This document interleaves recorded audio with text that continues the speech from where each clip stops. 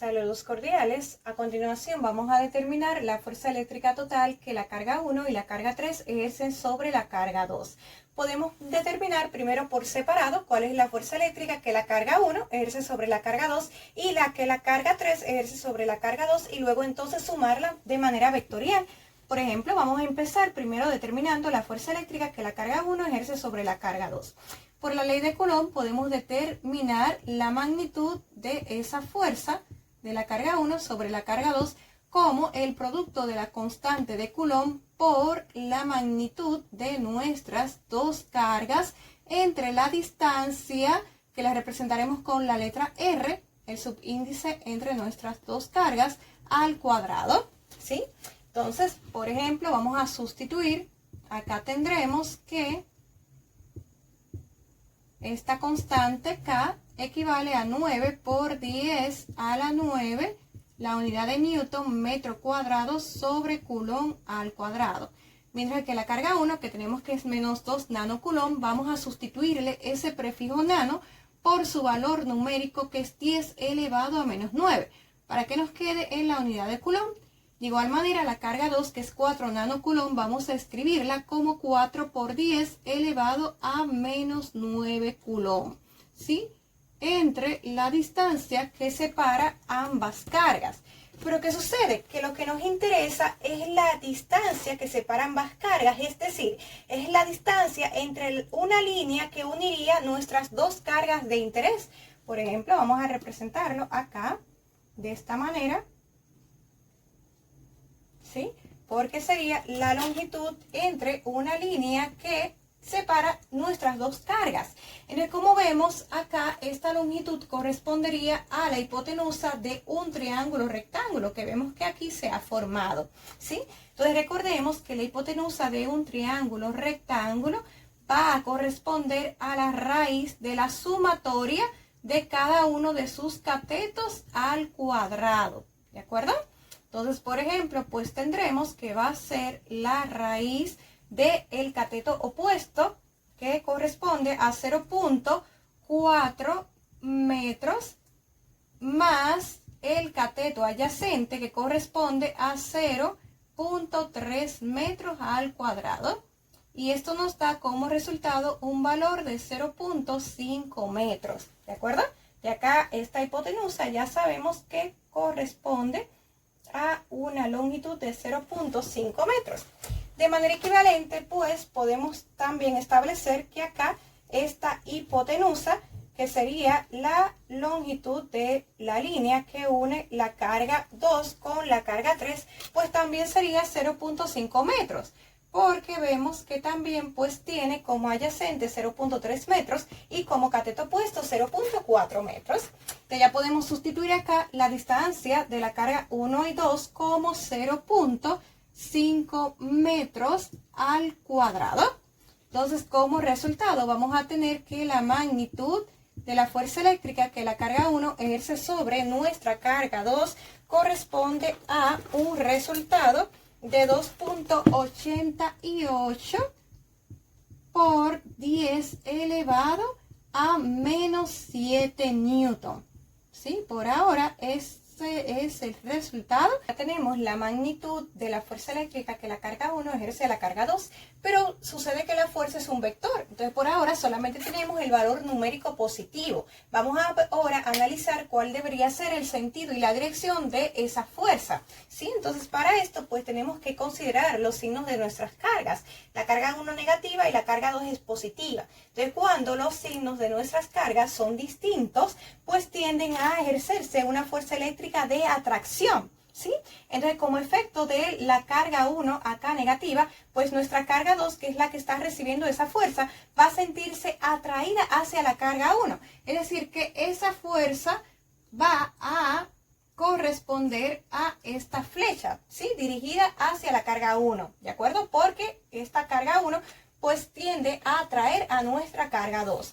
Por lo que vemos que entonces esta fuerza está en el segundo cuadrante, por lo que tiene una componente horizontal que va hacia la izquierda y una componente vertical que iría hacia arriba, ¿de acuerdo?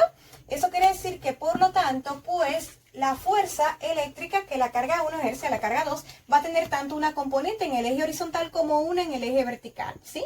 Entonces vamos a buscar, por ejemplo, la componente primero en el eje horizontal. Para esto debemos considerar que la componente horizontal de un vector corresponde al valor de la magnitud que ya la determinamos anteriormente por el coseno del ángulo, ¿de acuerdo?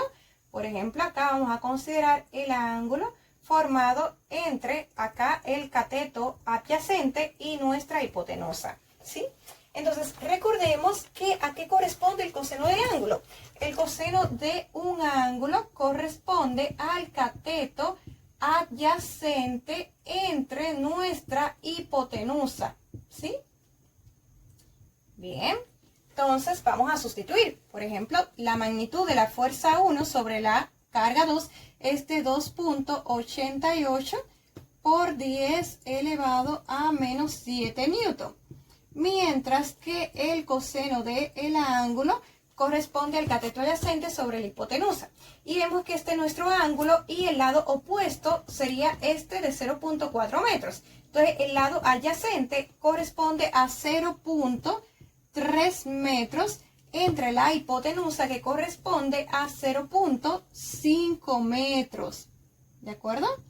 Entonces vamos a obtener como resultado un valor de 1.73 por 10 elevado a menos 7 newton, ¿sí? Voy a poner esto un poquito más para adelante para que podamos establecer también cuál debería ser el signo correspondiente, ¿sí? Por ejemplo, esta es la magnitud. Sin embargo, vemos que la componente horizontal tiende a ir hacia la izquierda, por lo que le corresponde un signo negativo, ¿sí? Vectorialmente le corresponde un signo negativo y vamos a colocarle acá el vector unitario y. De igual manera, vamos a buscar ahora la componente vertical de esa fuerza, que correspondería a la magnitud de nuestro vector, pero ahora por el seno del ángulo, ¿sí? Entonces la magnitud que ya la obtuvimos anteriormente como 2.88 por 10 elevado a menos 7 newton. Y recordemos que el seno de un ángulo corresponde ahora es al cateto pero opuesto entre la hipotenusa. El cateto opuesto viene siendo el lado que le queda opuesto, ¿verdad?, de frente a nuestro ángulo, que es el lado acá 0.4 metros entre nuestra hipotenusa, que sigue siendo 0.5 metros. Entonces, esto nos da como resultado un valor de 2.3 por 10 elevado a menos 7 newton. Bien, entonces vamos ahora a ver cuál debería ser el signo correspondiente a esta componente, ¿sí? Por ejemplo, vemos que la componente vertical de la fuerza va hacia arriba, por lo que le corresponde un signo positivo, ¿de acuerdo? Vectorialmente le corresponde un signo positivo. Y vamos a agregarle el vector unitario J. Entonces ya tenemos las componentes, tanto horizontal como vertical, de la fuerza eléctrica que la carga 1 ejerce sobre la carga 2. Entonces ahora vamos a determinar la fuerza eléctrica que la carga 3 ejerce sobre la carga 2. Entonces acá va a ser el producto de esas dos cargas y también pues la distancia que las separa. Entonces vamos a sustituir acá la constante 9 por 10 a la 9 newton metro cuadrado sobre coulomb al cuadrado. Nuestra carga 3, que es de 1 nanocoulomb, sustituyendo el prefijo nano por su equivalencia 10 elevado a menos 9. Y la carga 2 de igual manera 4 por 10 elevado a menos 9 coulomb. Entre la distancia que separa ambas cargas, que corresponde a 0.5 metros al cuadrado. Esto nos da un valor de la magnitud de la fuerza eléctrica de la carga 3 sobre la carga 2 de 1.49 por 10 elevado a menos 7 newton. ¿De acuerdo? Sin embargo, de igual manera, como estamos buscando es una cantidad vectorial, hasta ahora tenemos la magnitud, pero ahora debemos analizar cuál debería ser el sentido y la dirección de esa fuerza. Por ejemplo, acá vemos que la carga 3 y la carga 2 tienen igual signo. Van a ejercerse una fuerza de repulsión. Como lo que estamos analizando es el efecto de la fuerza de la carga 3 sobre la carga 2, pues lo que debemos ver es qué haría la carga 2 por esta carga 3. Por ejemplo, cómo tendería a ser repelida por ella, pues sería en sentido contrario, ¿verdad? Es decir, tendería a irse en este sentido y dirección, ¿sí? Porque se ve repelida por la carga 3. Entonces, esta flecha está simbolizando esta fuerza que la carga 3 ejerce sobre nuestra carga 2. Y como vemos, pues estamos viendo que estaría este vector en el primer cuadrante, por lo que su componente en X iría hacia la derecha y su componente en Y iría hacia arriba.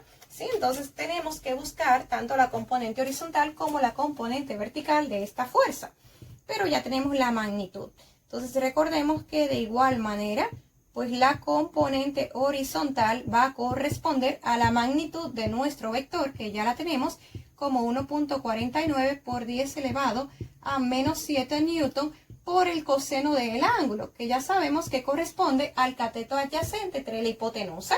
Considerando acá nuestro ángulo, vemos que el cateto adyacente es 0.3 metros y la hipotenusa 0.5 metros, lo que nos da un resultado de 8.64 por 10 elevado a menos 8 newton. ¿De acuerdo? Un poquito más para acá. Bien. Entonces, vamos a analizar ahora vectorialmente esta componente.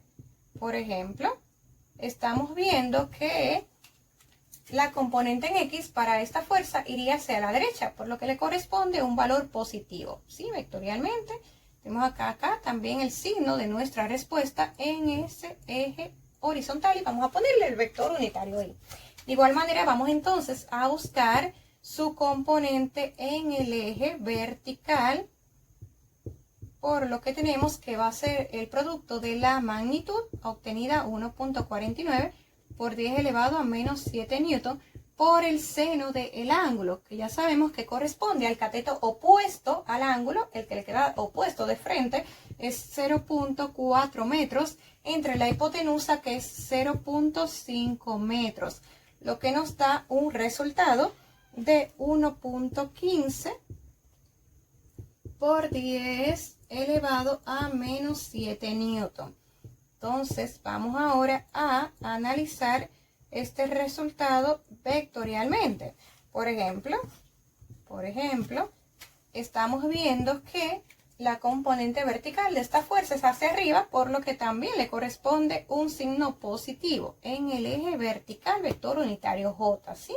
Ya tenemos el resultado, pues vectorialmente, de las componentes de la fuerza que la carga 3 ejerce sobre la carga 2. Como ya tenemos las componentes de ambas fuerzas, vamos ahora a sumarlas para determinar la fuerza total. Bien, entonces finalmente, sumando lo obtenido, podemos ver que la componente en X de la fuerza total que recibe la carga 2 va a ser la suma de la componente en X de ambas fuerzas. Por ejemplo, nos da un resultado de menos 8.66 por 10 a la menos 8 newton. Vemos que el resultado total nos indica pues que la fuerza en X total tiende a irse hacia la izquierda, mientras que en el eje vertical la sumatoria de las componentes vertical de ambas fuerzas nos da un valor positivo de 3.45 por 10 a la menos 7 newton. Entonces ya vemos el efecto total sobre la carga 2, que en X tiende a tener un sentido negativo hacia la izquierda, mientras que en el eje vertical un sentido positivo hacia arriba. Entonces, como tenemos ambas componentes ya de la fuerza resultado total, podemos buscar su magnitud con la raíz de ambas componentes al cuadrado sumándolas, ¿sí? Entonces tenemos como resultado un valor de 3.56 por 10 elevado a menos 7 newton.